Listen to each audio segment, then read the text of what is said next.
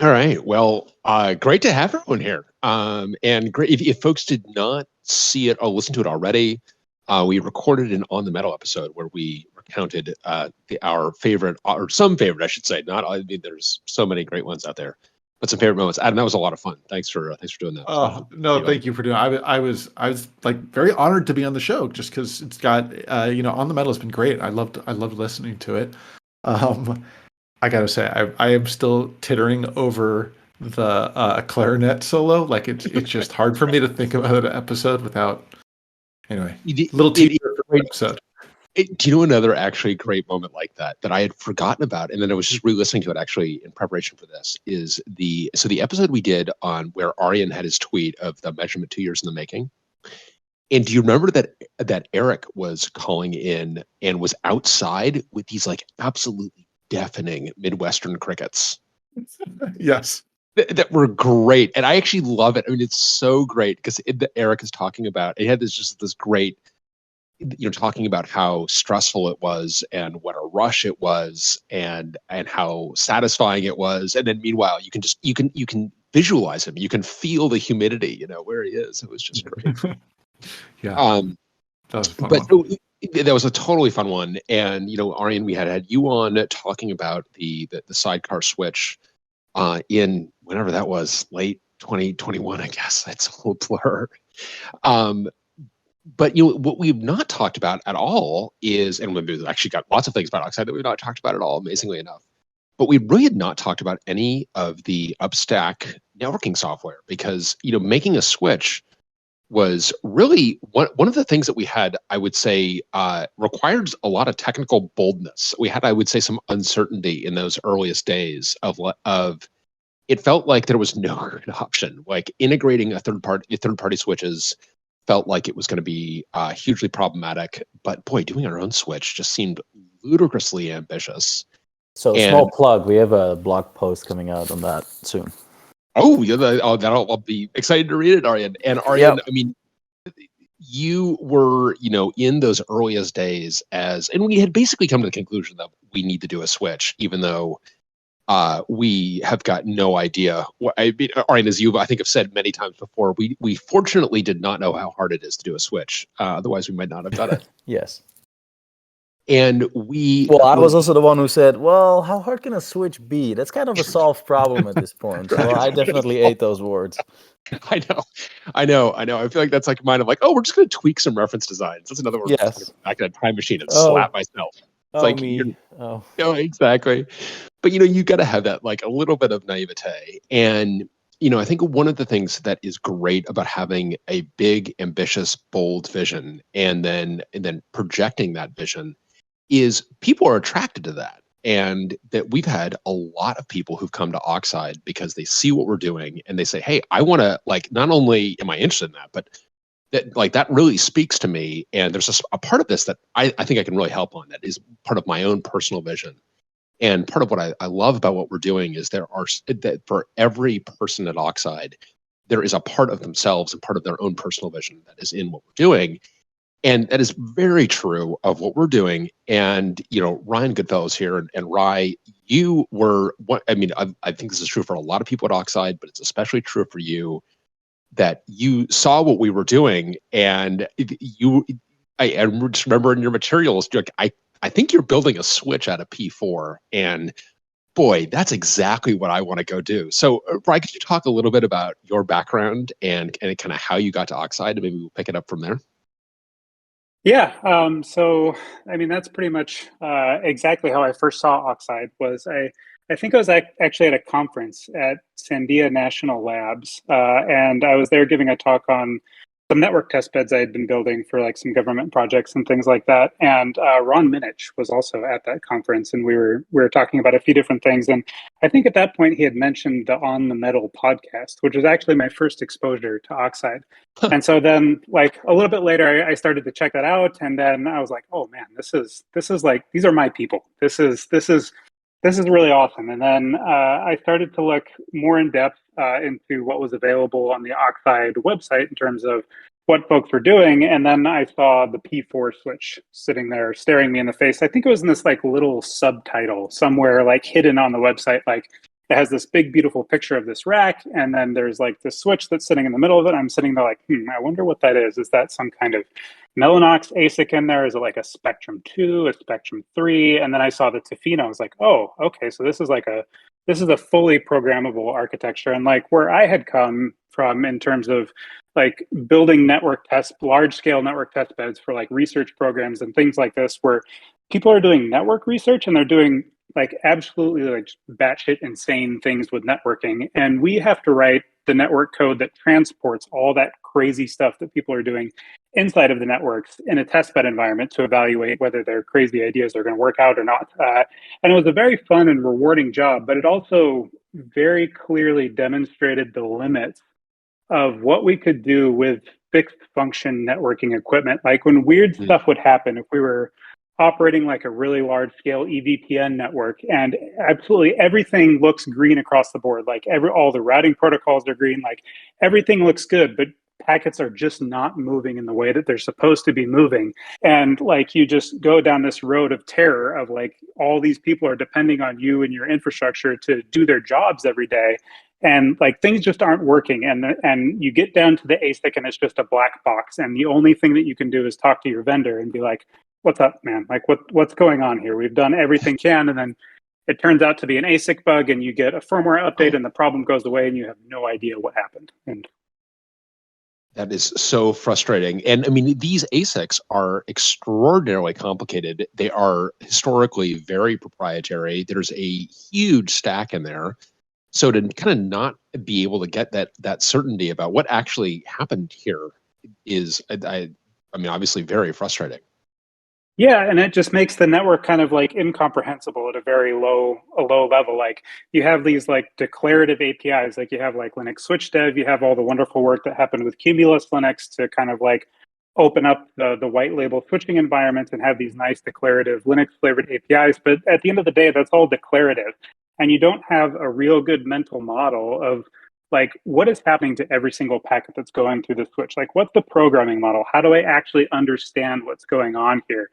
If I'm operating a very busy network and I'm running up against soft limits on the ASIC, like going back to the EVPN example, if I am running into head-end replication limits because I'm blasting an L2 broadcast domain over a layer 3 network, like what's happening there? What is the fallback mode? Like how am I gracefully falling back onto maybe some type of multicast or something like that? And you just don't know. Like it's not specified well enough, and you just don't understand how your networks are operating, which from an operator's perspective is extremely frustrating. And when I saw what Oxide was doing, I was like, that's a step in the right direction. Like we can build something out of P4, which from my perspective was mostly in the academic space at that point. I hadn't seen a whole lot coming to market where people were actually using P4 as like a mechanism to give operators more comprehensible networks. And I saw this as an opportunity to take a step in that direction and be a part of a really exciting team that was making that a reality.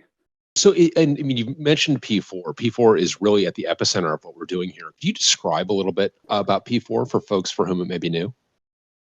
Yeah, so P4 is a data plane programming language for switch ASICs and sometimes for NIC ASICs. And so basically what P4 allows you to do is describe in a series of controllers for every single packet that's going through your switch.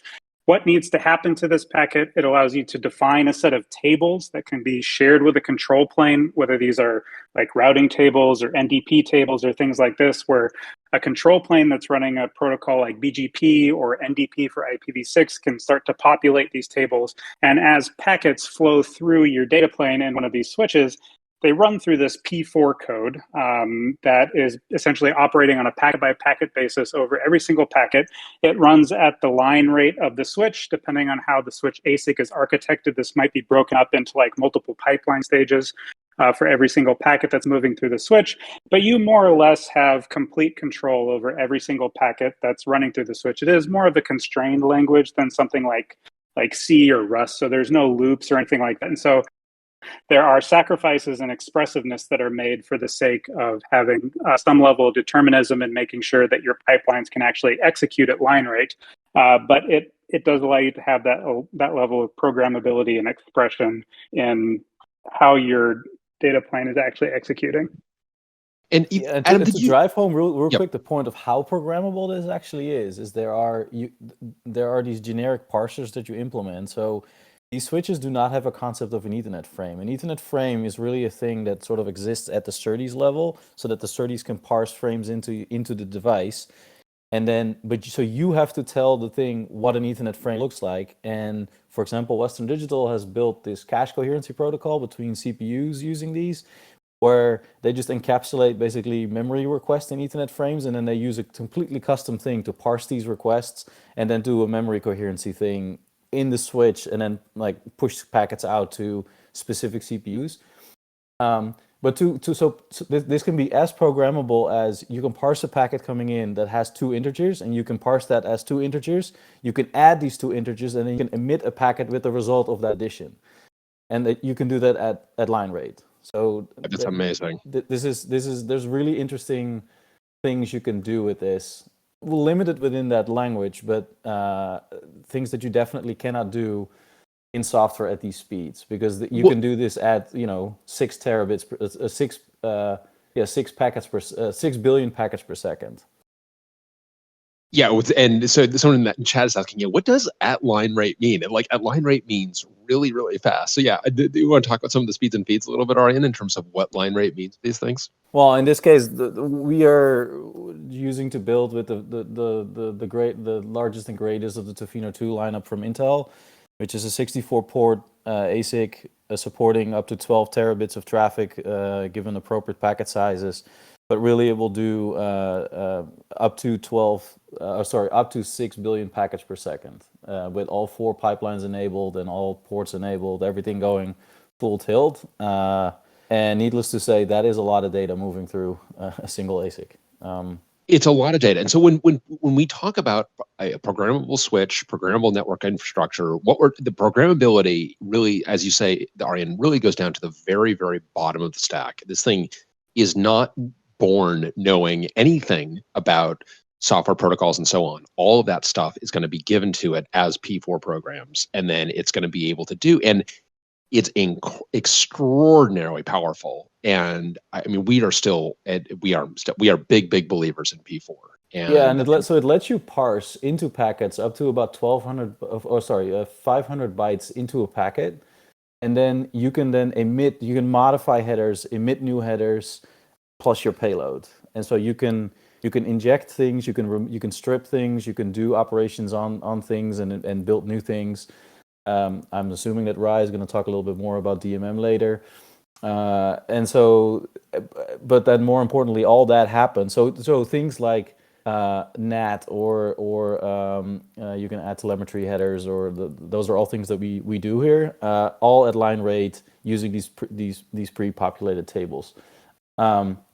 But you can go as wild as there's a concept P4 program that takes a DNS packet, reads it as if it that understands the different segments to get there, so that the IP header and the TCP header, etc., detects that it is a TCP UDP packet for a DNS request, and then pulls out the actual request that you're making, and then you can use the tables as a small lookup table to actually generate DNS responses at line rate. So you can build this ridiculously fast DNS relay or a DNS resolver for potentially your authoritative DNS server, if you wanted to do that. Right. The problem is no longer DNS, folks. I've got the DNS monster. Yeah, it is absolutely limited. But the point I want to drive home is that this is a programmable thing. There are definitely limits, but there is very little fixed function sort of functionality here, and whether like you can build tables that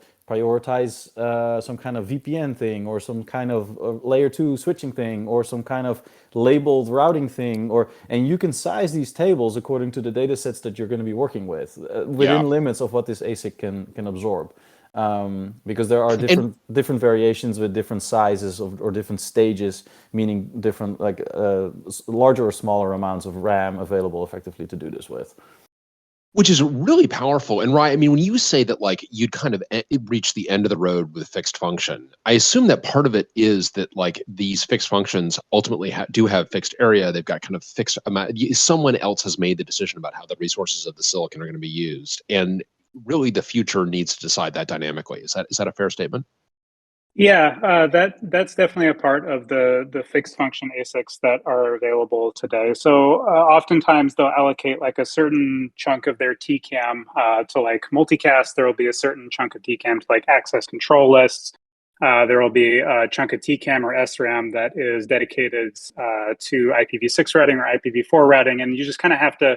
I mean, some of the newer ASICs are a little bit tunable in this regard, saying how much do you want to allocate to certain functions, but you still have to live within those constraints. And with the Tofino, we can decide pretty much exactly how we want to do that. And so if we have wildly different use cases that are coming at our rack switches in terms of, do we need to have a lot of space allocated for NAT, or do we have someone that is trying to use BDP and get full IPv4 routing tables with 1 million routes? What does that look like? And so we have a lot of latitude there in terms of how we're actually going to be able to handle those different use cases.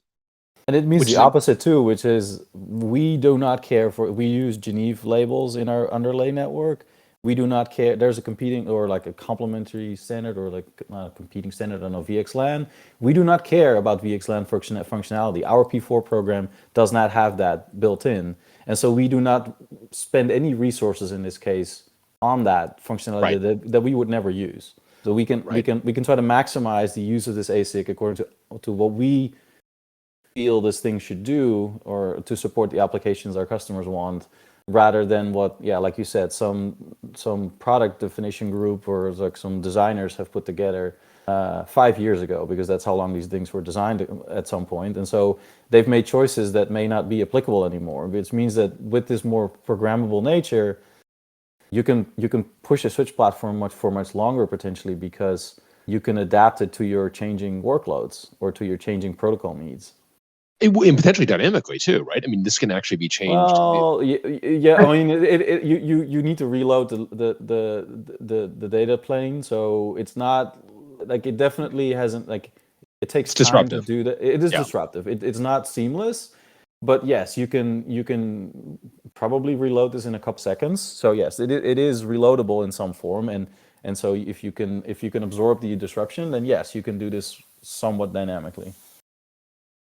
So, which is extremely cool, and there's just a lot of potential here, and I think we saw a lot of that potential. But of course, it also means that it's like, hey, the good news is that this thing is entirely programmable, and that's very powerful. The bad news is we got to go program it, right? So there's a lot that we need to go do. And Adam, do you remember Greg Papadopoulos, who was the CTO at Sun? I don't know. He had this line for me that I thought was really good. That he said all of the big breakthroughs in system software also have their own programming language associated with them, which of course I remember that spot on. Yeah, right. Of course, we obviously strongly agree to that because I could not agree with you more strongly that because we obviously did that with D and D trace, but I feel we definitely see that with P4, where P4 really represents a lot of wisdom from a bunch of folks who've thought about this and have kind of done it the old way, done it with fixed function. And P4 really represents a lot of that wisdom.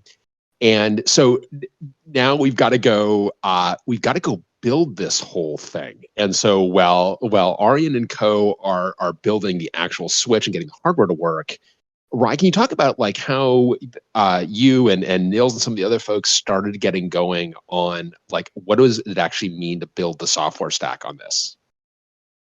Yeah, and so a really good spot to pick up is actually where the sidecar episode left off, which I think was about a year ago now, which is crazy to think about.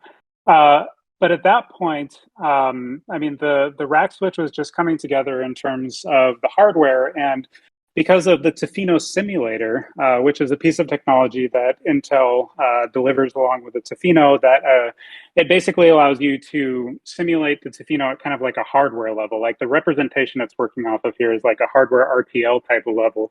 But you can use their compiler. You can compile your P4 targeting this simulator, and then run it on top of the simulator to be able to start to build up software infrastructure on top of the Tofino without actually having to run on a Tofino, whether that's on a reference platform or whether it's on the highly customized integrated switch that we're building for the rack. And so because of that, by that point in time, so Nils, who's our engineer that's doing a lot of the development for the switch drivers in the operating system and the daemons that run the management plane for the switch and our APIs that drive the switch, like a lot of that had been defined at that point using that Tofino simulator. But one of the things about the Tofino simulator was that since it was representing the ASIC at a hardware level, it was not very fast. And so you would max, to put it lightly, right? You would max out at like a few hundred, maybe 1,000 packets per second. And then you would see latencies start to spike into like the tens, or if you weren't running TCP where you had backoff, you're just running straight up UDP through this thing. Like you could see latency spikes into the hundreds of seconds, and then it would just kind of like grind to a halt. And so it was an absolutely wonderful tool for understanding how our P4 code was executing kind of in the small, so to speak. But the moment that we had to kind of step out of that bubble and start to say, okay, we actually want to start implementing our network end to end at like a system level, maybe not like a rack scale level, but say we want to have like 6 compute sleds represented as virtual machines. We want to represent the sidecar that's executing our P4 code and the compute sled that's connected to that sidecar switch over PCI Express that's driving that switch. Like we want to have all of that together in one environment to be able to actually have things working end to end.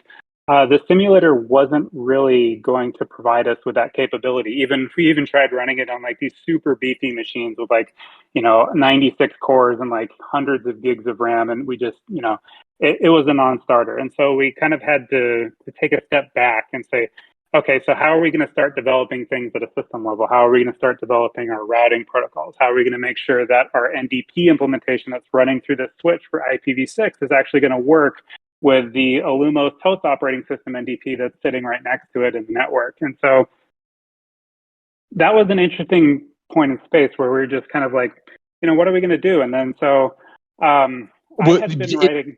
Just before you get there, because I do think I want to make sure we're giving the simulator its due, because this is a cycle accurate ASIC simulator, which is something that, first of all, most vendors do not like allow off their kind of off the property.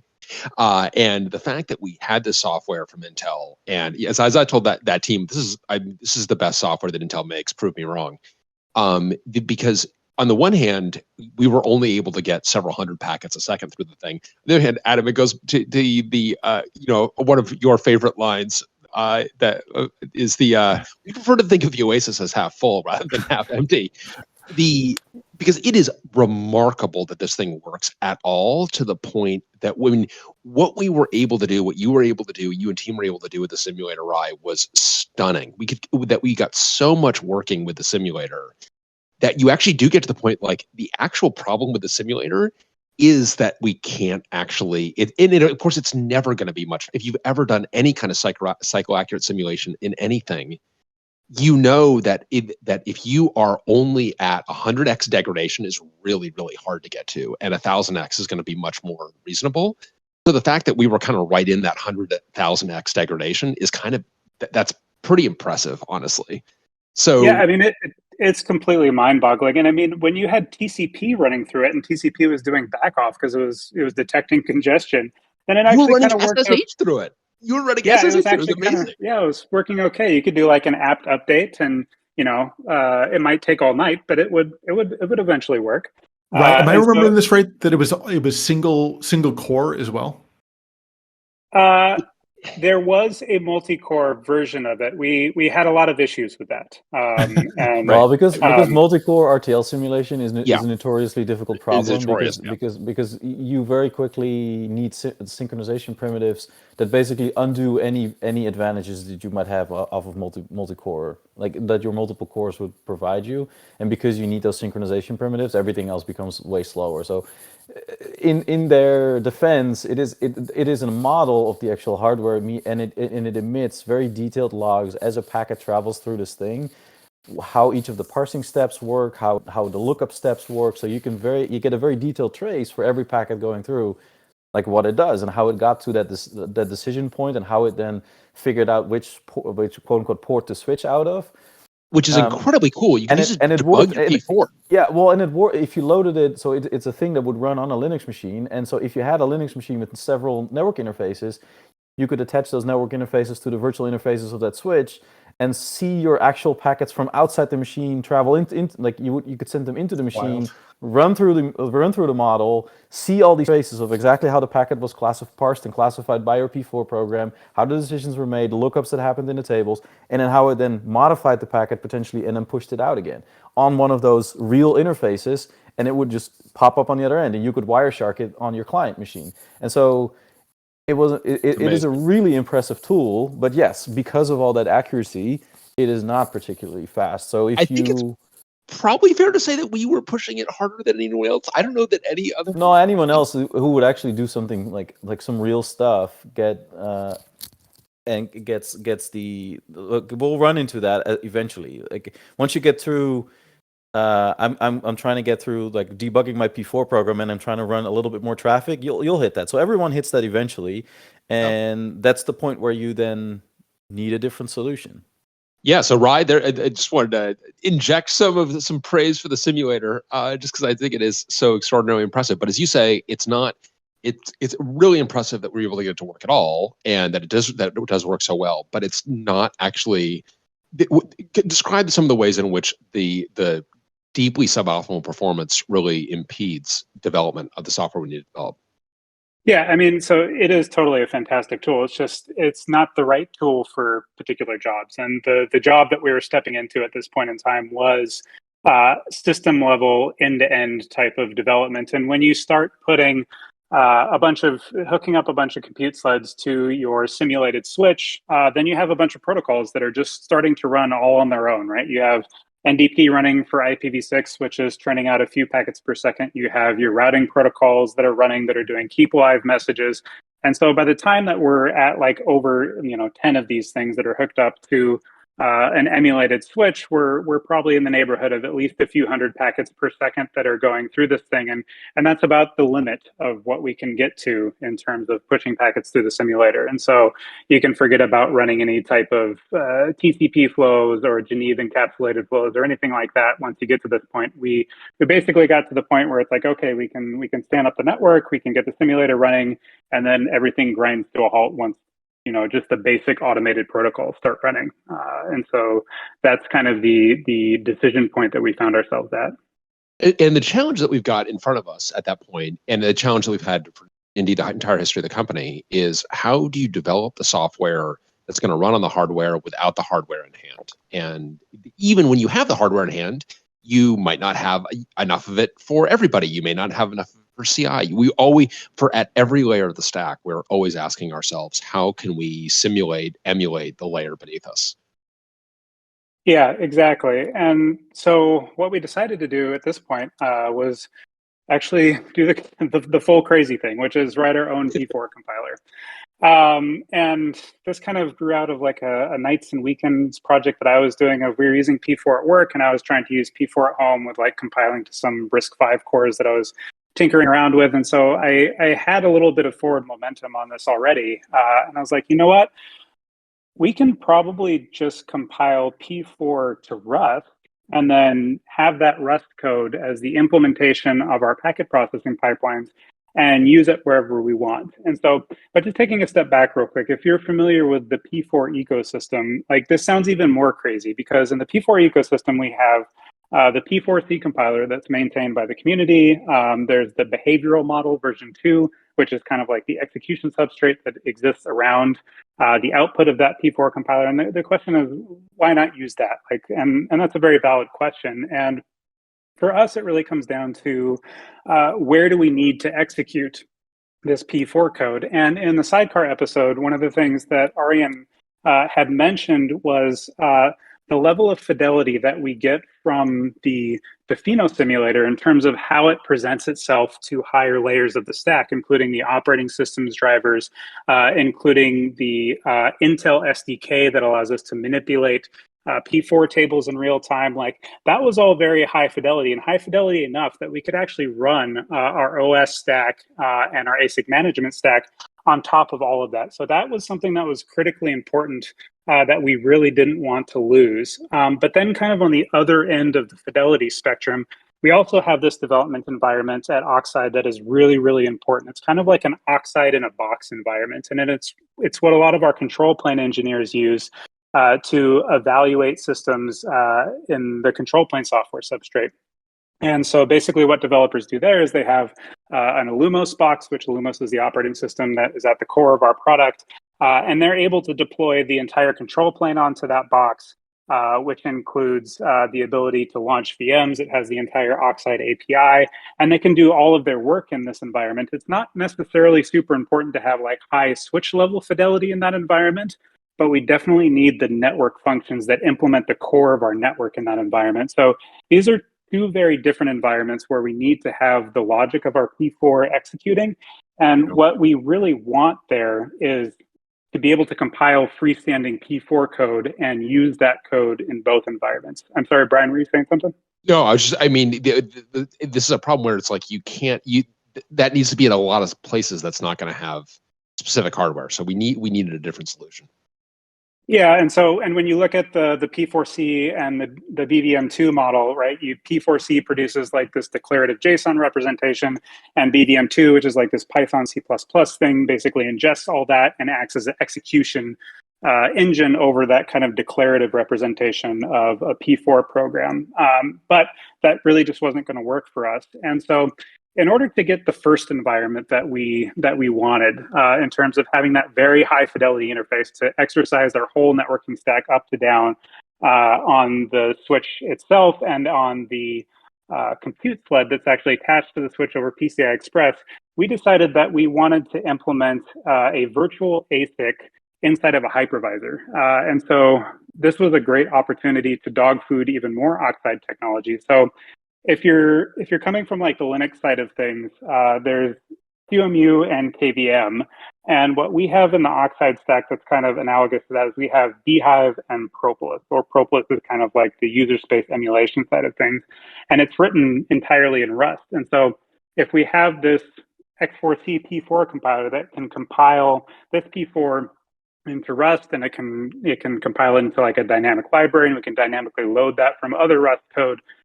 Then we have this nice substrate that we can actually consider to be like an ASIC inside the hypervisor. We can expose that ASIC to the guest operating system that's also running Illumos. It's running our full switching stack in terms of the OS drivers, in terms of the daemons that actually drive the ASIC. And we have this very high fidelity substrate that for most purposes in our system software actually represents what an actual hardware-based system looks like. And so that's what we wound up doing in this environment, and it's actually worked out phenomenally well. So it's just extraordinary. I mean, it is so rare, I feel, to have this level of fidelity certainly for an ASIC that is this complicated. I mean, it's just extraordinary to be able to actually virtualize all of this and be able to develop that software. It's amazing. Yeah, and so where we're sitting at with this today is we can get about a gigabit per port on the code that's been compiled and is in this harness inside of the hypervisor. I think we're not actually limited by the code itself. We're more limited by the I/O paths. So we're using something called DLPI for our I/O path. That's the data link provider interface. It's kind of a packet at a time type of interface. And so I think that's where our gigabit limit per port is coming through. But the payoff here is that a gigabit is plenty, or a gigabit per port is plenty for the kind of environment where we need to actually be able to test things end to end and see how the network is unfolding. And so today we can do things like test multipath routing algorithms where we have our switches, our rack has two switches inside of it, and every single sled is connected to both switches. And so that creates a multipath routing problem. And when we want to look at that end to end, from the routing protocols that are running on our compute sleds to the ones that are running on the switches, and how all that traffic works end to end, we can actually do that now at about gigabit speeds and evaluate how those algorithms are working. And it presents a really nice environment for doing all of this. Yeah, that is amazing. Maybe now is a good time to get either Levon in here or Ben in here. I mean, Levon, when you came to Oxide, you were also coming from a yet a different networking background, had suffered a lot of these same problems, and when you came aboard, I think one of the first things that you were targeting on was how do I get kind of pull all of this stuff together so we can actually use it in CI. We can actually develop on it. Do you want to describe some of the work that's been involved there? Yeah, so I think when I joined Oxide like last July or August or so. It's a time warp. So like everyone on this call who is like, his mind is getting blown, that was me. And then they said, hey, you're gonna put all this stuff together and like automate it. And I'm like, okay.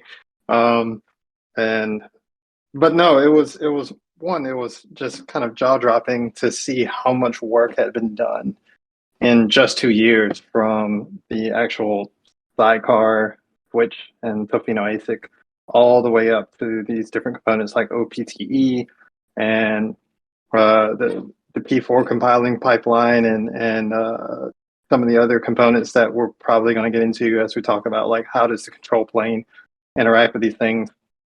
But what Rye introduced me to was kind of a virtual topology building tool that was also created that we were going to use to kind of get some of these things sorted out.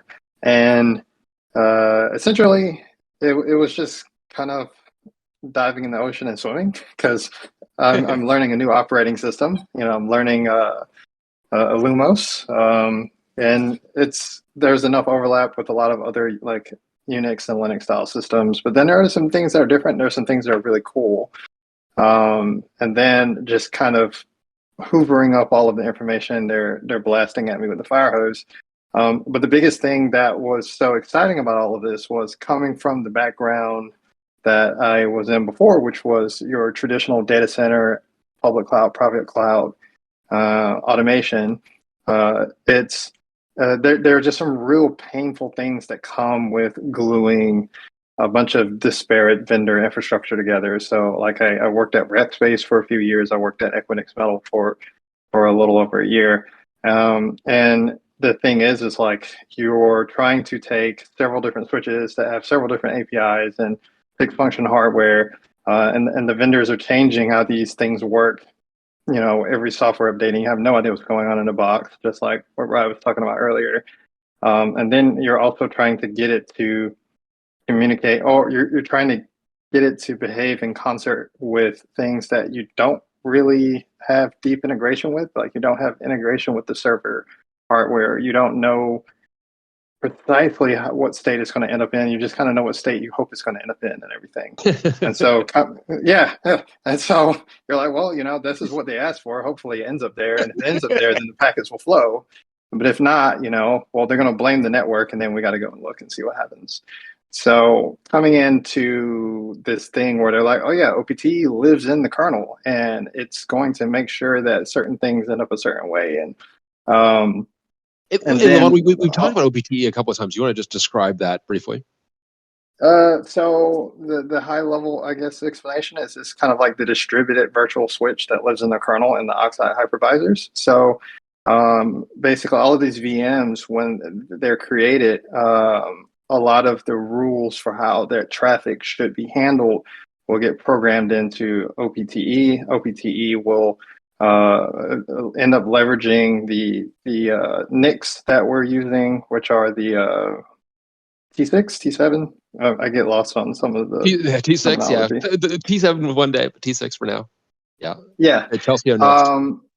The Chelsea NICs, and so since our gimlets have the capability to interact with this Tofino-based switch, like some of the gimlets will realize that, hey, I have a hardware connection to the Tofino switch. So as things happen on the gimlets, I can tell the switch what's happening, and the switches are ready for this traffic when these VMs come up. So the servers and the switches are integrated at the software level, at the control plane level.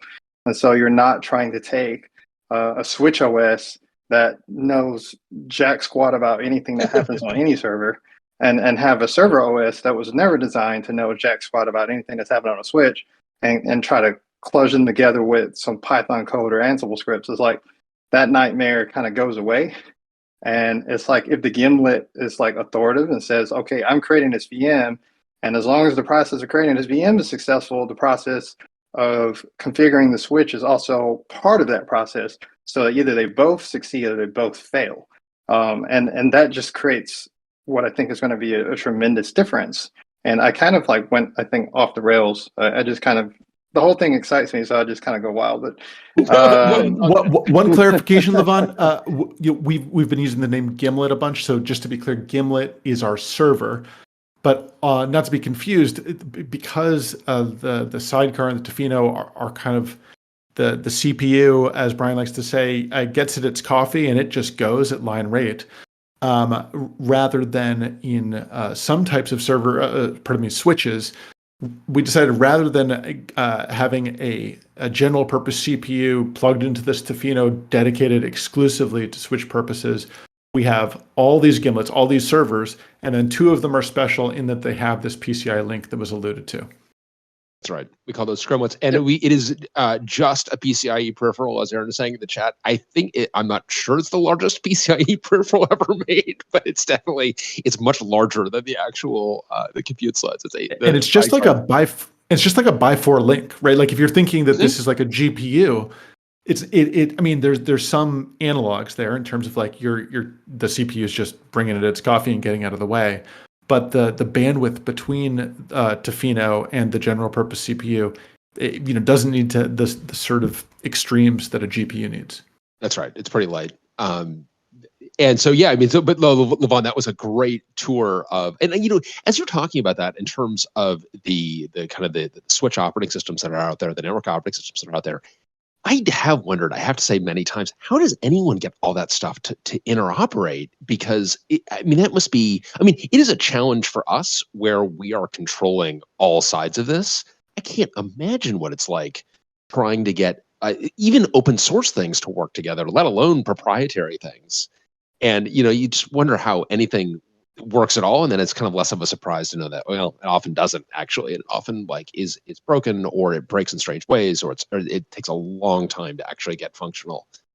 There was an interesting tweet from there was this thread going on a couple of days ago about moving from cloud to on-prem, and I don't know, a bunch of stuff back and forth. But there was someone who righteously pointed out that what most people don't really realize is how much work the large hyperscalers have done in order to make their network the way operate as well as it does. And part of that is all that work, what you're just describing. How do you control this large distributed machine that consists of thousands of switches to make sure that all the right configuration is in all these tables in order for these things to work? And having seen a little bit of that, how it worked at Facebook, now Meta, there's a large body of software to push that around and to get that they're using a lot of Broadcom ASICs to get that into those ASICs, because and they've written that all from scratch. Because it's stuff that's like not open source, right? In general, it's like it is not even so much about open source. It is so specific to what they're doing because it relies on so much existing Facebook infrastructure, because there's basically a whole pub/sub model on top of that in order to push route information around. So they use this I forgot what the routing protocol was they developed at some point for this, that is basically the complement to BGP. So they're distilling some BGP information, and they have link state information that they compute, and they push these things together through a pub subsystem, and then switches are subscribed to that, and then that gets pushed into ASICs. It's a large and very complicated piece of machinery in order to make that work. Yeah, and I think that as we kind of got further and further down the path, I feel not that we had. I think we knew that we had to integrate the switch, but boy, this is just not something we've looked back on. This is absolutely the right decision. You mean in terms of rather than buying some off-the-shelf switch? Oh my god! Oh my god! It's a fate too terrible to contemplate. But it's handing someone else our fate, right? Exactly as Rai was alluding to earlier. It means that we'd be subject to all of these completely undebuggable problems. and relying on what would need to be an extremely good partner to bail us out in these incredibly hard situations. Well, and then Forget running any software, just getting the thing cabled up in a sensible totally. manner, in the, like physically having DAC cables between servers and switches. That would we would have not been able to build the cable backplane that we have today. That would just not have existed. And can I ask? It also seems like Arjen, you mentioned how Meta was able to build something very purpose built. Seems like to a degree we don't have to build all the features and functionality of an Arista switch or a Cisco switch because we know everything that's going to be plugged into this switch. So it seems like there's, in some ways, I mean, obviously there's a ton to build, but we don't need the same kind of long list of features that a general purpose switch might need. Well, that's also why they decided to do white label switches, and why everyone who has ultimately done of that scale who has done white label switches does that. You realize that what they really needed was really high performance, like they want IP performance. They want to just push as many IP packets around as they can possibly can at the lowest possible price. And once you start stripping all these enterprise features that are that a lot of the switch vendors are providing, Cisco particularly serves that whole market. But then there's Juniper and there's other switch vendors with lots of different things that are maybe really good in enterprise, but that once you distill that down to, I want to run a fabric just as fast as we can, and then we're going to layer a lot of the smart functionality more in software on each individual machine, because the other part that is often overlooked is that the reason a network at Google or a network at Facebook works the way it works is that every host in a network actually participates in that by running some active component that allows a centralized controller to steer traffic from those hosts so that they can actually make decisions about large flows, where they go, when they go, how they go. And that doesn't exist in many environments other than those environments where you have that amount of control over each of these individual pieces. And once you have that control over these pieces, you can very aggressively cut away all the things that you don't need, and you can focus on making it just do the thing that you really want, and then do that as fast and as best as it can do that. Yeah, I mean, it just gives us extraordinary kind of potential, but of course, there's a lot of integration to go do. I mean, Ben, do you want to speak? I mean, you've been right on the coal face. In terms of actually getting all of this stuff to integrate. Do you want to talk about some of the adventures there in terms of getting all of these things to cooperate? Yeah, sure. It's certainly been a challenge. So I think the hardest thing has been sort of what Rai was talking to earlier. Just so much of it is being built at the same time that there is a lot of bootstrapping that's required, where you have to mock out certain interfaces or kind of have hacks that seem to be short-lived that end up being much longer-lived than you had intended to kind of make the system work at least to an approximation of the end state that you want.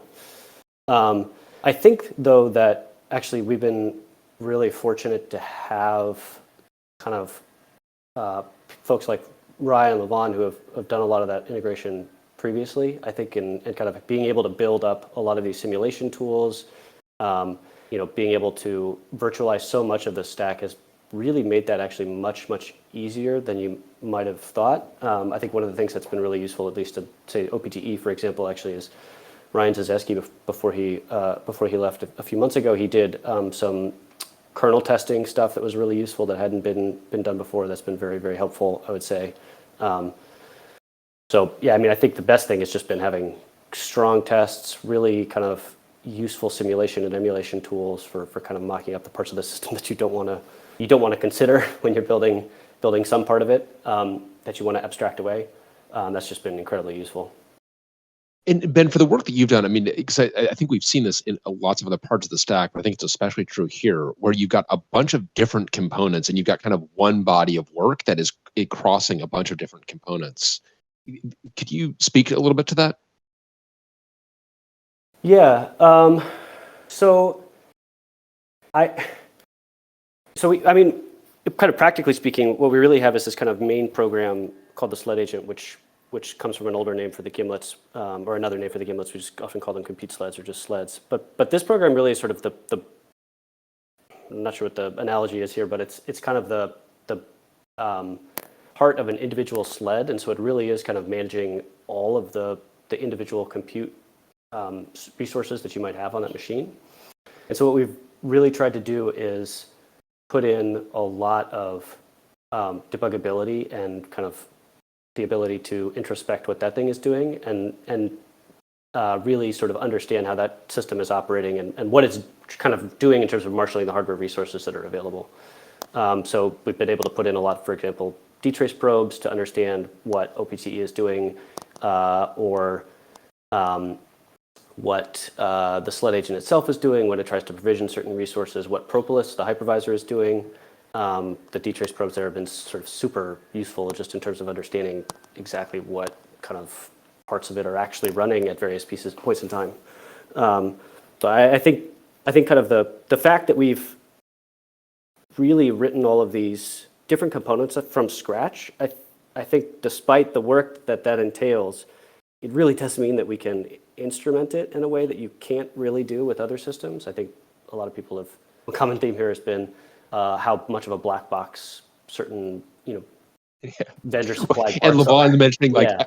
the critical role that Hope was playing for Levon in Exactly. previous lives. We don't really, I mean, we hope, but we don't need to because we can also verify, right? Hope but verify. I mean, you can kind of like check that it is operating the way you expect because we built the entire thing. You can stuff in some extra dtrace probes over here and make sure that your packets are doing what you expect them to do, that they are going out the interface that you want.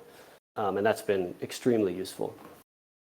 Well, and then also the fact that we have, I mean, we've got our own control plane. We're not trying to interact. We're not integrating with VMware or OpenStack or what have you. We've got our own control plane, which gives us the latitude to do whatever we need to do upstack to make this whole thing work, right? Yeah, that's correct. So I mean, the kind of the brains of the operation are really totally under our control, and we can really instruct the rest of the system, the entire rest of the system, to basically do whatever we want. And so that part of the stack is called Nexus appropriately, sort of the central point for everything. All roads are leading there, and so we kind of put all of our decision-making logic into that part of the system. And combined with something that Levon was hinting at earlier, which we call sagas, which are kind of this abstraction we have for running a bunch of steps that are potentially dependent on previous steps, where you want each one of them to succeed or fail atomically, and then if anything fails, you want to unwind the whole sequence of operations. By writing things in terms of those sagas at the level of Nexus, you can really kind of do some pretty complicated orchestration and not have fear that you're going to leave some half-finished state kind of laying around on some switch somewhere, right? That'll end up routing your packets off into a black hole. You won't really need to worry about that because we can make sure that we're unwinding the entire thing, all the way back to the beginning, which has been very, very useful too. Totally. And we've kind of been building each of these components and making each kind of one robust, and then being able to kind of put all of the pieces together. I think we've got new levels of appreciation of both what we've done and then the stuff that we've needed to go do to get that foundation working robustly. And then you do kind of wonder, like, what would we have done without all this foundation? Like, all right, yeah, right, okay, I think we know the answer to that. It's not good. We would have struggled without having all of this foundation in place. Yeah, and I think it's interesting. Before I joined Oxide, I would have argued that we should not have built so much of this from the beginning, from the ground up. Oh, interesting. Yeah. I think sorry, we're at sea now, Ben. We actually, yeah, I'm sorry. exactly. We're not going back to port. You'll like the second half of this, Brian. So I have changed my opinion about this in a lot of ways, and I think part of the reason is that exactly what you're describing, that when you integrate an existing piece of software, we've all kind of hit this, right? Like, okay, there's a bug in this third-party code. Okay, well, what do I do? Do I fork it? Do I put a pull request up? You have to deal with that sort of thing. But even beyond that, the ability to build in all of the instrumentation, all of the debugging, all of the sort of understanding that you want, you can do all of that if you build the whole thing with all of the pieces in mind, right? I think that's a big thing, is to be able to, put in the debugging knowing how you're going to use something, right? I think is extremely useful. And I think this has just been, it's something I would not have expected to be so valuable when I joined Oxide, and I have Yeah, since, it's been extraordinary. And I think, transitioned. we've got to be, and I think we've done so far a pretty good job of this, but it's like, we can't just do it our own way for our own sake. Obviously, we need to, be pretty careful about that. And we want to, I thought, Rye, what you, and maybe it's worth expanding on what you've done in terms of the P4 compiler.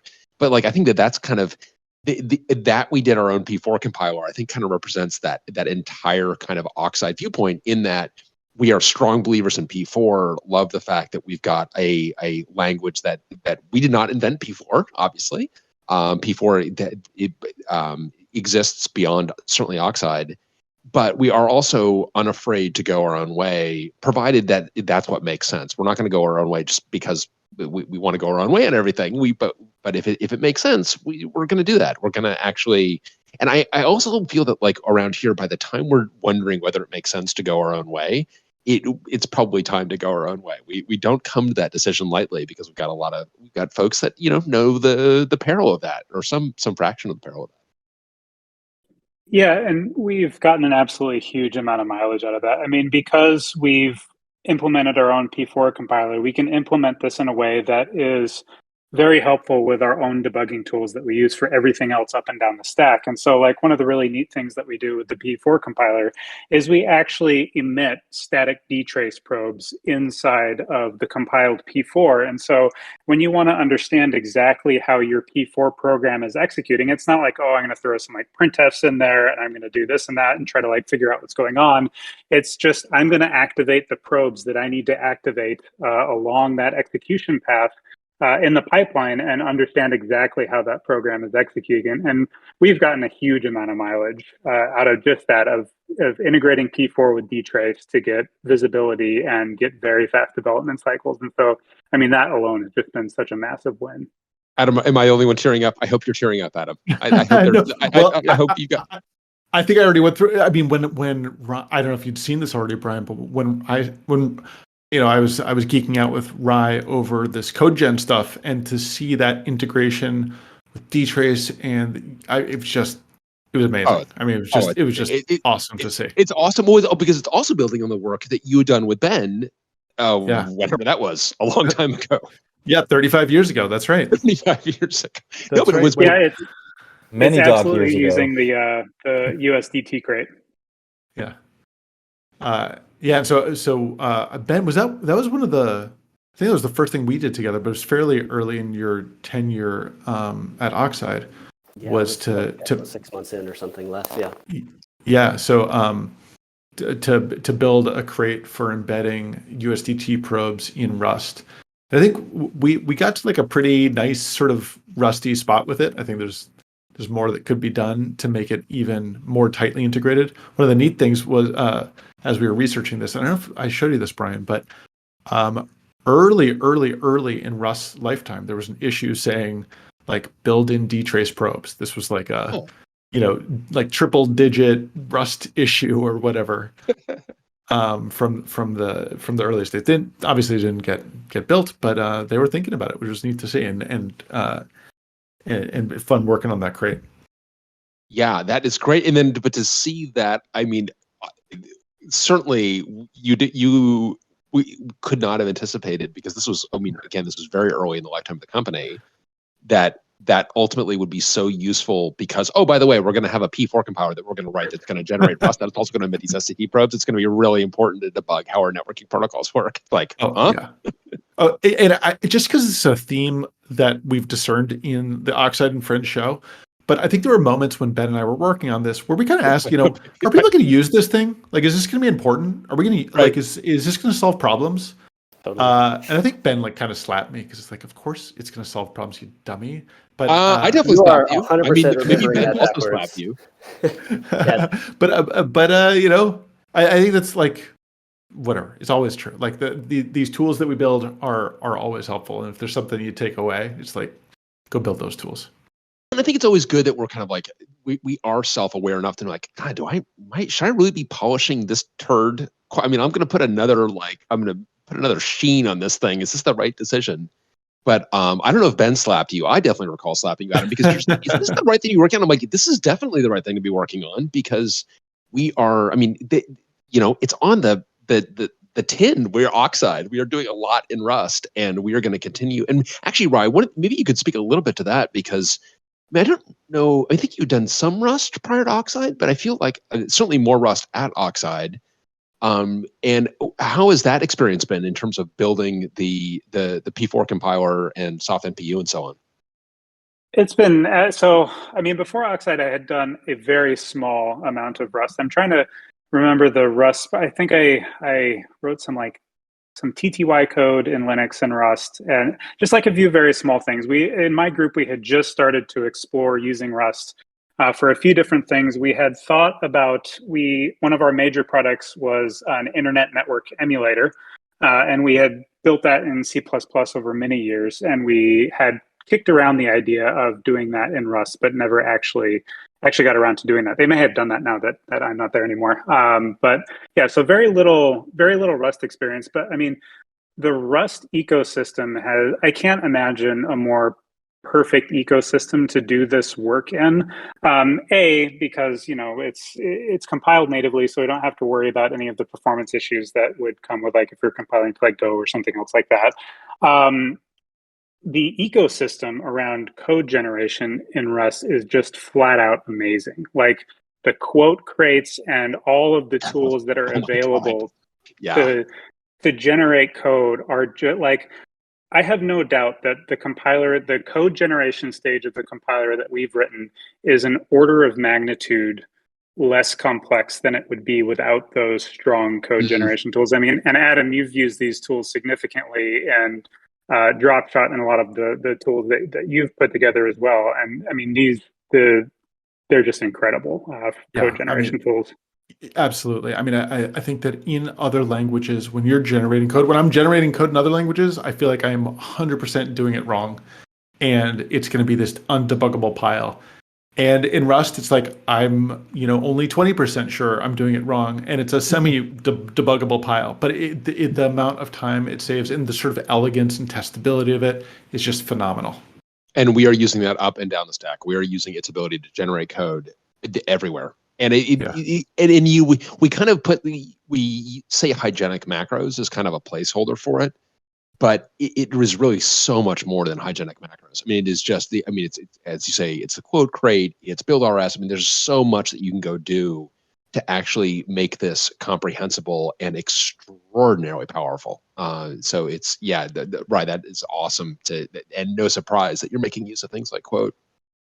Yeah, and one of the tricks that I pulled from Adam's book was in the progenitor tool that we have, that basically you can point a Rust macro at an open API spec, and you just like instantly get all of the code that implements the client for that API spec in the Rust code that you're directly working with. And we wound up doing that same trick for P4 code. So if you wanted to have P4 pipeline code directly used from your Rust code, you just say use P4. Point it at your P4 code, that'll kick in the compiler library, compile it, or splat all that generated Rust code directly into your current workspace, and boom, you have access to a P4 program pipeline right then and there. It's really cool. I don't think I don't think I know you did that. That's awesome. Yeah, and Rye, it's only hiding like tens of thousands of lines of code that it's emitted behind that macro. Right. Yeah. It's not a small amount of code. But that's really cool, right? Because I mean, this is where, and I think this is part of why we're so bullish on P4 and programmable networking, a programmable switch, programmable fabric. Because when you make that easy to integrate into other programs, you can begin to use P4 in like lots and lots of other places that are not merely that are not just the switch.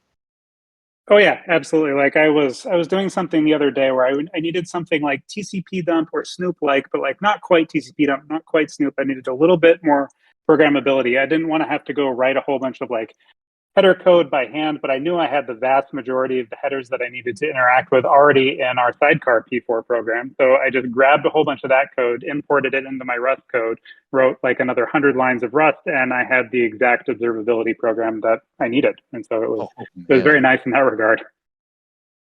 That is really, really neat. Yeah, got the ability to just quickly spin, like as you say, like a new tool. Like I want to actually get that is really, really nifty. And so, what are as someone kind of asked earlier, it's like, what are some of the use cases that when we kind of look forward, what are some of the things that we can go do, kind of controlling this thing end to end? What are some of the things we can kind of deliver for folks who are actually using the infrastructure?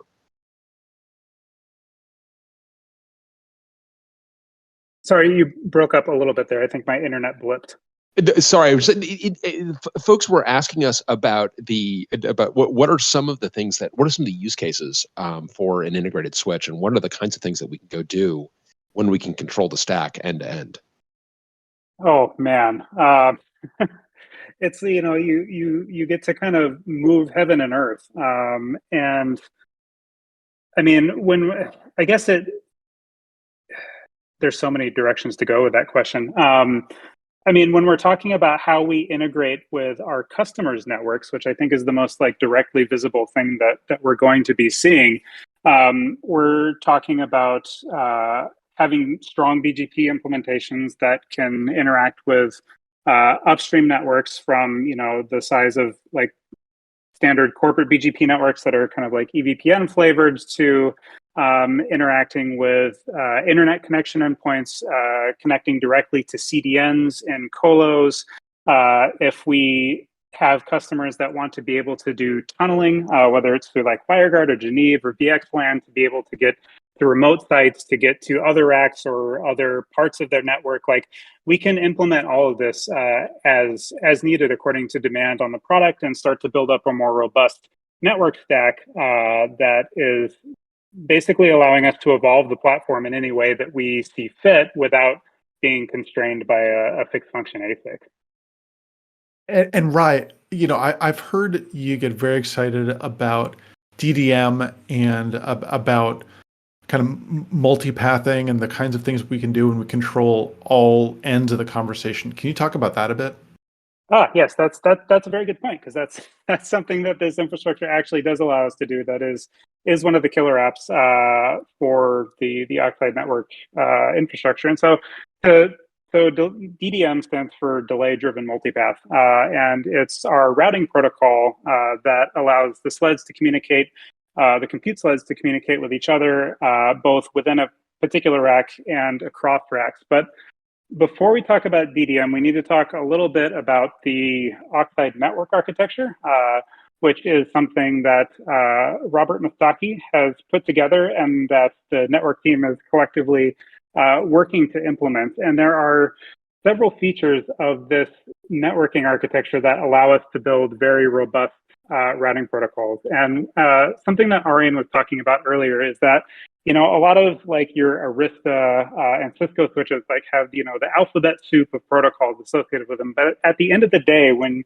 you're building like a scalable infrastructure, you want to simplify things, and you really just want to focus on doing IP routing. And when we're talking about living at layer 3 of the network, we just want to get packets from host A to host B in the most effective way possible. And so when we look at the Oxide network architecture, we have an underlay overlay architecture where our compute sleds are essentially communicating over a physical underlay, and then customer instances and the interfaces that are in those virtual machines communicate over overlay networks. Our underlay is a pure IPv6 underlay. There's no IPv4 there.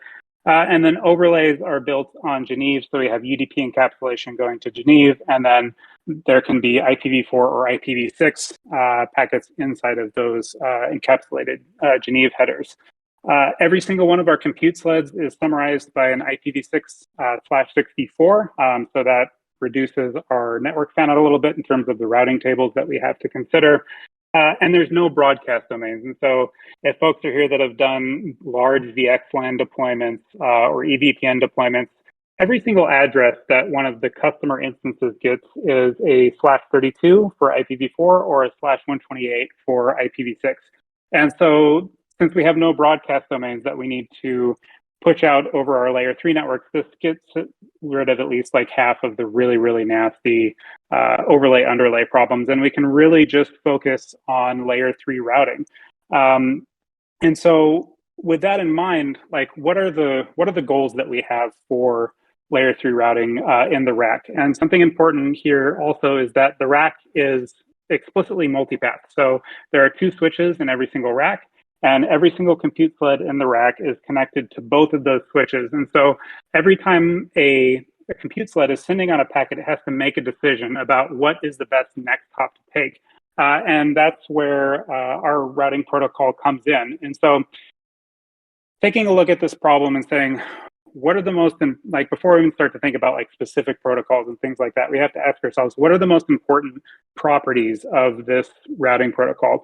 And first and foremost, we want to be fault tolerant. We have a multipath physical network, so we really want to take advantage of that. We want anything in the network within reason to be able to fail, and the network's just going to keep on ticking. We can lose any link, we can lose any particular port, we could even lose an entire switch.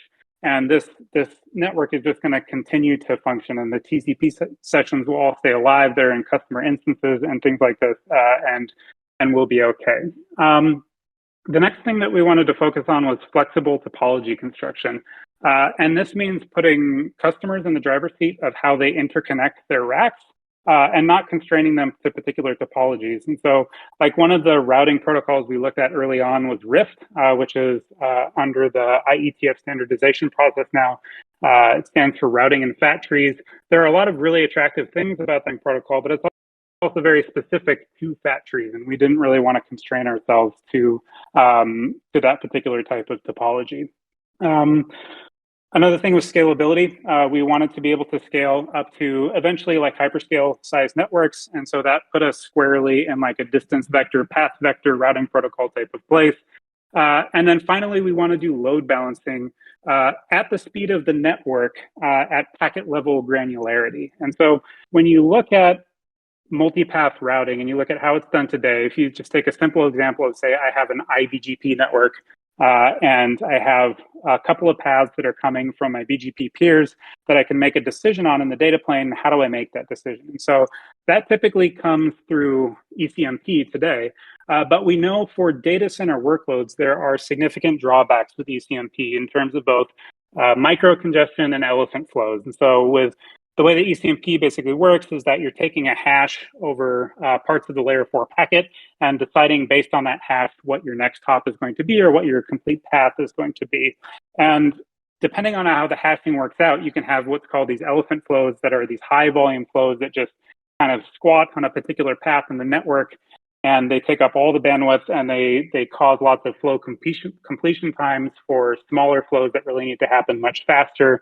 And then there's micro congestion that can happen when you have things like storage networks and storage fabrics that are sitting on top of these networks that create congestion in like microsecond type of windows that can really degrade the ability to get to the aggregate bandwidth capacity of the network. So these are problems that we really wanted to look at and solve with our routing protocols. But in order to do this, we had to be able to measure the network. Like ECMP is kind of like a hash and pray type of approach. Like you're going to hash all your packets, and we're just going to hope that the hashing gives a nice even distribution. Like our traffic matrices are even enough, so ECMP is going to work out well. But we know from a lot of research that that's just not the case for a lot of data center workloads. And so what we did was we did a lot of literature survey and a lot of reading into a lot of the SIGCOM, like ACM SIGCOM conference congestion control papers and routing papers. And what we came up with was we drew a lot of inspiration from a 2017 paper called Drill from the University of Wisconsin, which talks about micro load balancing and how you can do that really effectively without completely murdering TCP in terms of reorder buffers and things like that. And then a 2020 SIGCOM paper from Google called Swift, which uses delay as a leading indicator of congestion. And this was more of a congestion control paper of saying, you know, how do we get rid of some of the sharper edges of TCP and data center networks? But what we've done is taken these two things and kind of combined them and said, if we can measure the network at line rate, and this is where P4 comes in, because we want to be able to add additional telemetry information to packets as they cross the network, can we at every single sled inside the rack for every single destination that it's talking to say, at this point in time, this is what the delay looks like to that particular destination, and then load balance based on that destination in such a way that I'm not going to reorder things so badly that TCP is just going to have a really, really bad time. And P4 is very instrumental in doing that because it gives us the flexibility to add this telemetry information to packets in IPv6. We're actually using IPv6 extension headers as packets are crossing the network. And we can actually make routing decisions in sub-round trip time based on what's happening and avoid microcongestion within the network and hopefully reach the aggregate capacity of the network without sacrificing flow completion times. And so we think this is a very novel approach to solving this problem, and it is fundamentally enabled by having a programmable data plane and doing hardware software co-design that allows us to actually do this in a way that wouldn't completely tank performance. And so that's and you just touched on it, right? But if we didn't control, or if in an environment where I got my switch from one vendor and my NIC from another and my servers from a third, is this attainable, or is it only because of that integration throughout? I mean, it's very much from the integration throughout. I mean, if we didn't have programmability on the switches, if we didn't really understand the data paths and how they're working from, our host operating system that's taking packets from the virtual machines, picking them out to the T6s, understanding the paths from the T6s or the multiple paths from the T6s to the Tofinos and how all that's working, being able to do symmetric routing for TCP acknowledgement so we understand latency as it's actually evolving across the network, we wouldn't be able to do any of that.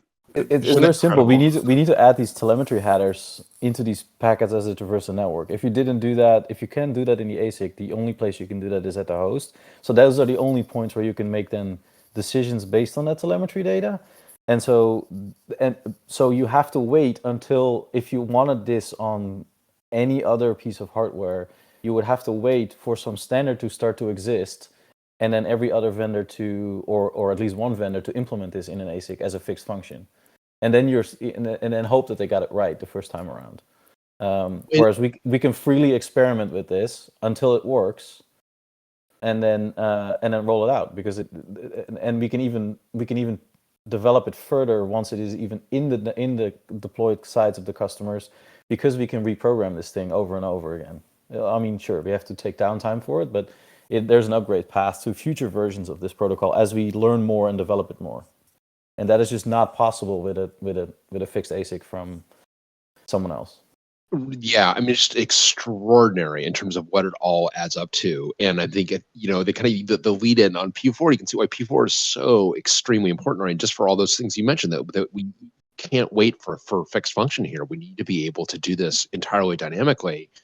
And Ryan, I mean, you talked about a bunch of things. I mean, what I love elephant flows, but with microcongestion, how do people observe microcongestion today? How do you know that you've got microcongestion in the network, other than like, I am sad and I don't know why? I mean, is this something, because I mean, I think we're also going to be able to allow people to actually observe where that microcongestion exists, right? Yeah, and so like with the drill paper, for example, one of the ways that they were able to observe microcongestion, and I'll have to go back and look, they might have been using P4 programmable switches, but they were able to observe queue depth on the switches as packets were traversing the network. And so they could use that as a proxy for congestion as packets were traversing. And there's been a lot of research, and this was referenced in the Swift paper as well, if people are interested in taking a look at the papers, in storage fabrics. And so people that are building NVMe storage fabrics where there is a high level of sensitivity to latency, they were able to, basically the way that they measure delay in Swift allows them to understand where congestion is building up in the network on a packet by packet basis. And so then from that point, you can build a story in terms of, this is how my storage fabric is operating. This is how these latency measurements are unfolding across the network. And we see these extremely short duration latency events. And even though they're extremely short in terms of their duration, like you might have a high frequency of them, and that can completely tank performance as TCP is kicking in and other parts of the network reacting to this. And it really pays to just be able to get ahead of that before TCP implementations start reacting to that congestion. It totally. We were talking about the measurement 2 years in the making, talking about all the crazy physics required to deliver this incredible link, and how Adam, I were kind of joking about. Meanwhile, we're up here, waiting for an incorrect timeout or multi-millisecond timeout, but TCP retransmits are brutal. The second you've decided that like I've had to give up on that packet, I'm gonna have to resend it. Now this unbelievable dragster that can go so quickly, now you're waiting milliseconds, tens of milliseconds, hundreds of milliseconds before you retransmit. And that's the stuff that's going to have major upstack ramifications. So the ability to minimize that microcongestion in those retransmits is just going to be extraordinary. And I think it's also emblematic, Rye, of the rack level view that we're taking. I mean, one of the things I know that both you and Levon had done in previous lives is looked at SmartNICs. And I was not to get you going on a rant, but SmartNICs are kind of the antithesis of our approach, honestly. Where I feel, maybe that's phrasing it a bit too strongly, but where we are, it's not a rack level approach, and it puts a lot more complexity in places that are already struggling with complexity. Levon, I imagine it requires a lot more hope. Although with SmartNICs, it's just a matter of like actually getting the parts is hard enough. But you're pushing the intelligence to a part that is actually doesn't have great visibility, so it can be really, really, to me, it's like SmartNICs are not the solution to the problem. We've got to like actually think about this from the entire rack, the entire network, to actually solve the entire problem. And I feel that right, this is just a huge lurch forward in that regard. Well, SmartNICs can solve some part. Sorry, like there's some workloads that do make sense in like if you had a NIC that could do line rate encryption on a per flow basis, which I don't know if that exists already or not, or if it's tractable, but that would be super interesting because that you can't do in a switch like this, and you also don't want to do that on a CPU. You may not want to do that on a CPU and software. So that's where a SmartNIC would provide value. But that's yeah, and I'll tell you where else a SmartNIC would indisputably provide value. I'm in a very cold room right now, and I could actually use a SmartNIC as a space heater in here. A little space heater, sure. Like yeah, a little 75 watts to your room. Exactly. You can put your feet on that. It's very comfortable. Oh, absolutely. Yeah, it's like warmer than a cat. A little uncomfortable, actually. Yeah, I think with the SmartNIC thing, so there's so many layers of complexity here, right? So we have a network stack that's running inside of the virtual machine of the guest that the customer is running, that is going out of that virtual machine through a Viona interface to the host operating system stack, or in our case, the OPTE, that is then encapsulating that and sending it over UDP to its final destination. So we have the behavior of the internal TCP session, and then we have that somewhat masked by the outer UDP and Geneve sessions that are kind of encapsulating that and carrying it to where it needs to go. And I think what we really want is a more programmable NIC that can integrate as a whole with our overall network architecture.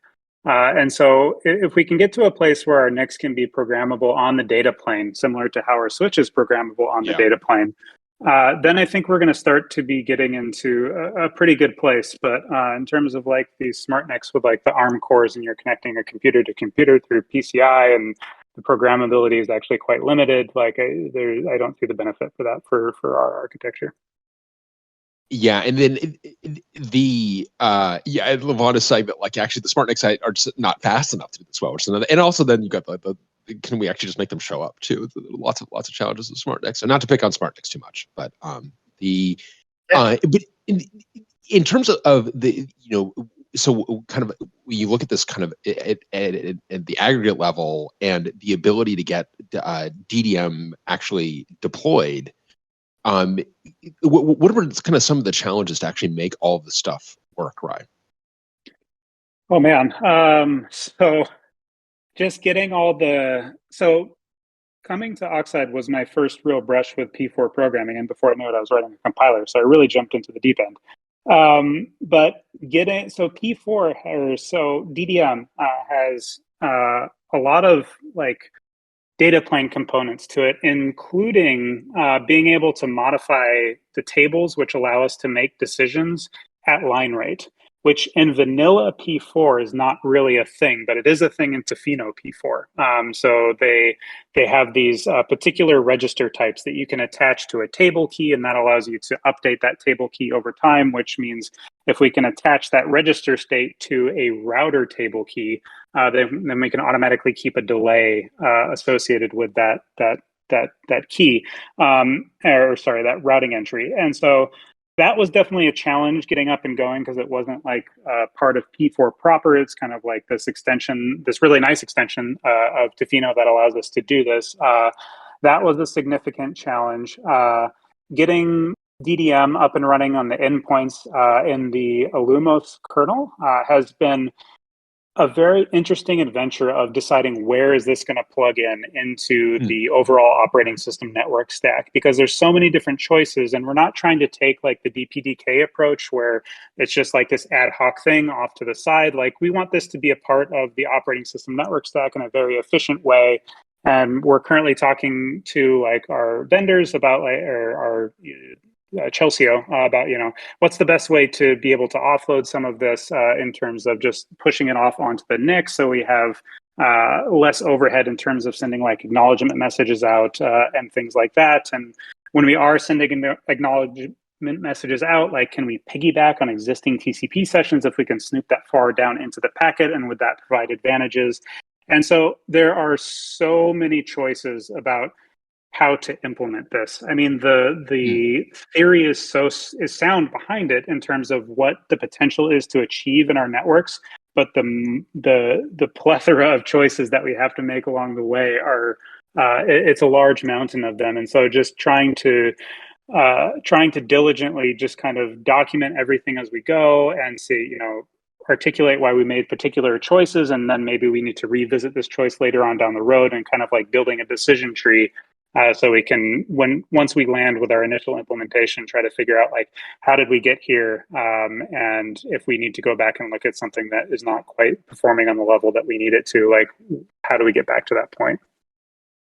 Yeah, and whenever you got all these kind of many degrees of freedom, it can be really it's a challenge, right? It could be a challenge to figure out what is the right layer of abstraction to tack into. I feel like this is a common challenge for us. As we kind of look at some of the other, because one of the other things you mentioned is the ability to really express the Oxide rack in a customer's deployment. Could you speak a little bit to that and what that would look like, and some of the things that we can go build to better integrate this in with a customer's network?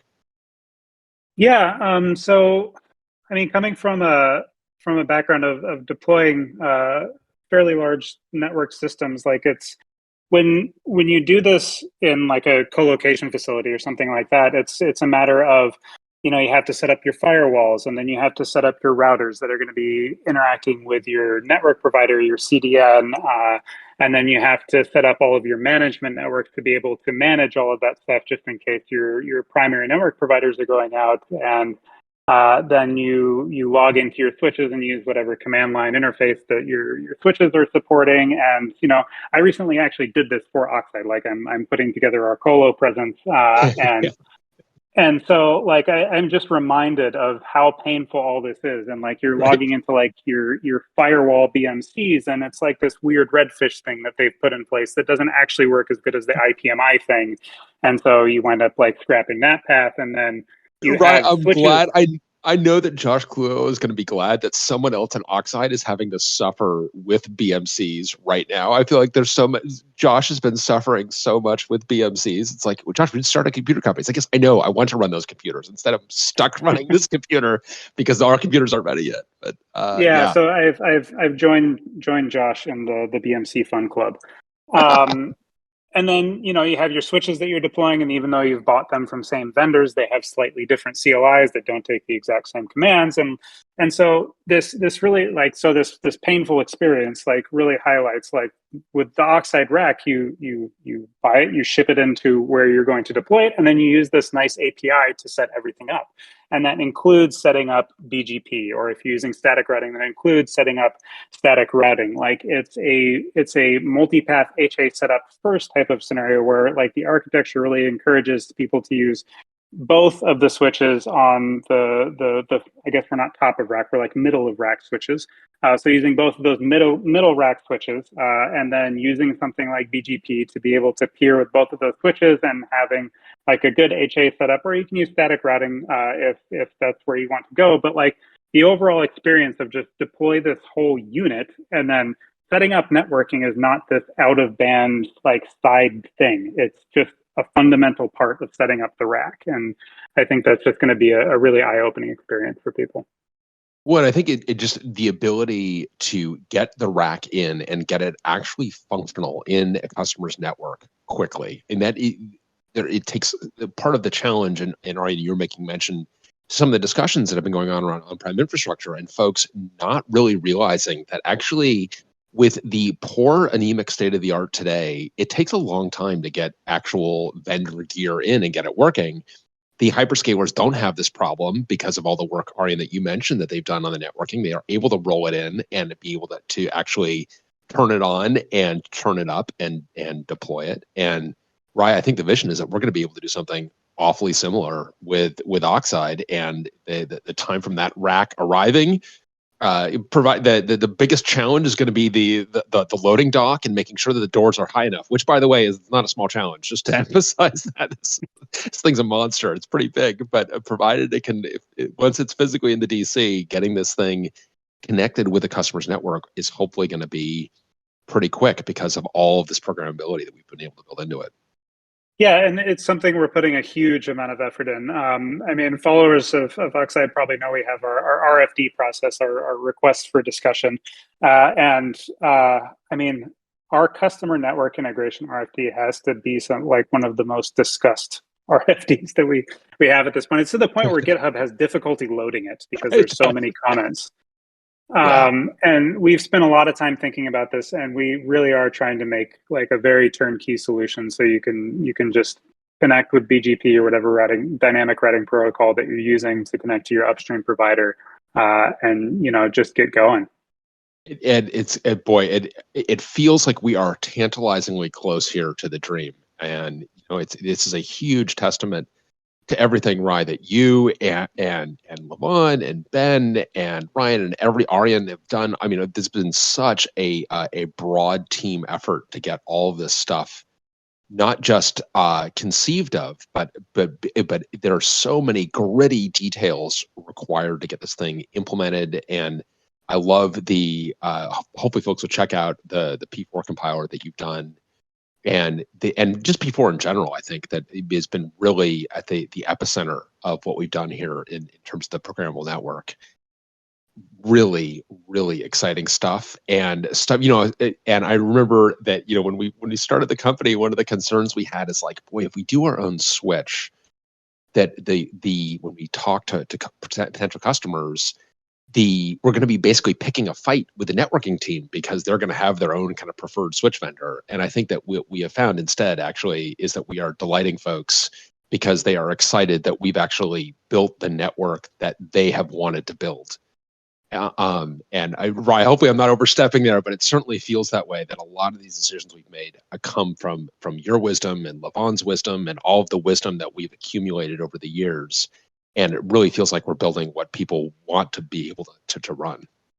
Yeah, I think a lot of the customer meetings that I've been bracing for that impact, bracing for oh man, like here's this weird thing you're trying to put into my network. Totally. Like, why is it not just this Arista thing or this Mellanox thing? And we haven't really gotten that feedback yet. I'm still bracing for it every single meeting, but it hasn't arrived yet. So. It hasn't arrived yet. And in part, the switch vendors aren't exactly helping themselves out. So it has not arrived. But I think that, and part of the reason it's not arrived is because people are seeing that the value this is actually going to bring. So it is very, very exciting stuff. Well, I think Adam, I know you got a child to run to, no longer a toddler. A toddler when we started Oxide and Friends. Now, really, I know. Once a toddler, now a boy who interrupted with his lightsaber, demanding I play with him. That's right. And pretty soon he's going to be like hassling you for the car keys. So, but this has been great. Thank you so much. I mean, again, Rai and Lon and Ben, I mean, and Arian, great to have you here. Great to see this thing actually turning into coming to fruition, and so many of these things beginning to really compound on themselves. And I just feel lucky to be a part of it. I think as we all do. And thank you so much for sharing this with us, and looking forward to getting it out there. Yeah, absolutely. Wonderful to be here. Awesome. All right. Thanks everyone. And we will see you next time.